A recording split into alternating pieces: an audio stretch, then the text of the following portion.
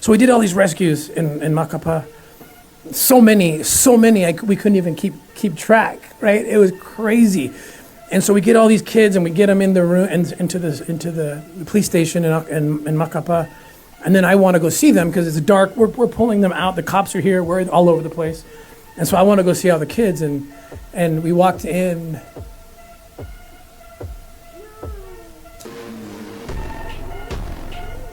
We walked into this room, and this girl who had been sexually abused her whole life. Okay?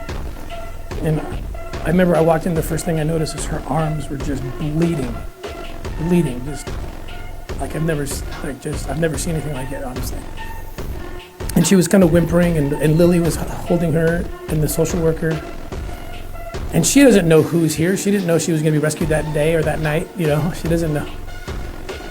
She didn't see any faces, but she looks up and sees my face. And she says, Tim. And I'm very confused, like, why would this little girl, recognize me so fast? And I'm in my gear, and she said, I knew. She said, I knew you would come. She said, I've been watching Sound of Freedom for the last 2 years and praying to Jesus that if you could go rescue that girl in the jungle, that you could come here and rescue me. And you came, and you're here, and you did it. No tenés miedo. Who did that?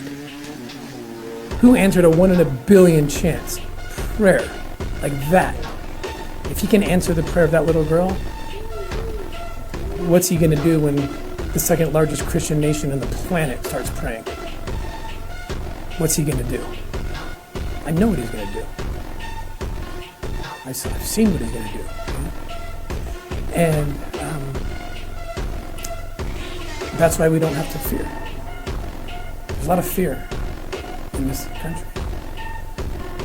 But have the courage and faith of this little girl who was beat up worse than anyone else you're seeing. And she didn't have fear. And look what happened. So we're not going to stop. We're not going to stop. We're going to keep fighting.